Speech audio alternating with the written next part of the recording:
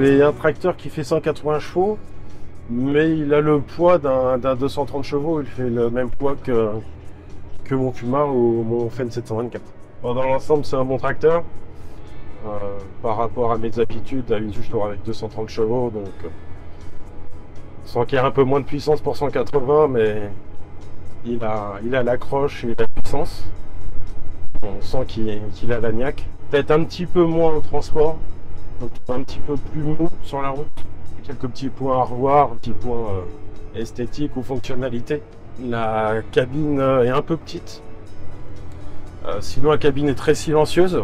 On entend très peu le moteur. C'est presque plus la boîte qu'on entend que le moteur. Même en ouvrant le toit ouvrant, on n'entend presque pas le moteur.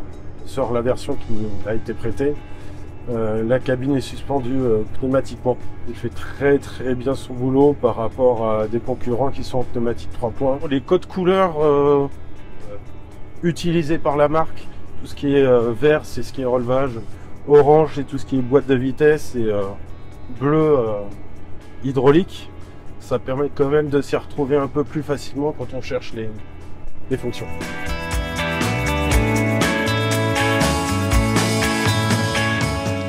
Niveau hydraulique, quand je l'ai reçu et que je l'ai branché sur la remorque, j'ai regardé mon numéro à l'intérieur de la cabine.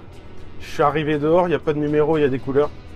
Il y a une manque de cohérence entre, d'un côté c'est des couleurs, de l'autre côté c'est des numéros. Reproche aussi à faire, c'est sur l'écran tactile. Je trouve pas très simple à prendre en main. Le positionnement du coupe-batterie qui est pas idéal, le passager il a le genou dedans. Il peut y avoir un risque que le coupe-batterie soit mis, le tracteur sur la route. C'est un peu dangereux. Rapport poids-puissance, il est bien placé, il fait quand même 8 tonnes 4 pour 180 chevaux. La fonction performance, ce qu'il appelle minus, c'est l'application de frein moteur supplémentaire en appuyant sur le bouton marche arrière sans appuyer sur le bouton de validation derrière.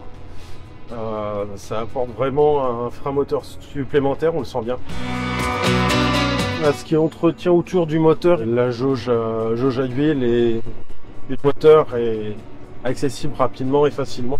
Toutes les jauges sont facilement visibles, que ce soit pont-boîte ou hydraulique sur le côté. Hydraulique auxiliaire est séparée du pont et de la boîte. L'huile auxiliaire est séparée.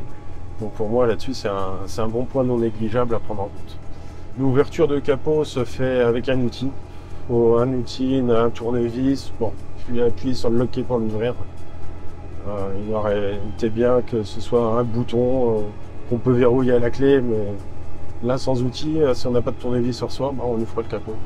Niveau accessibilité, les fils sont accessibles devant les radiateurs. Ils sont montés en accordéon, donc on peut les déplacer et souffler facilement.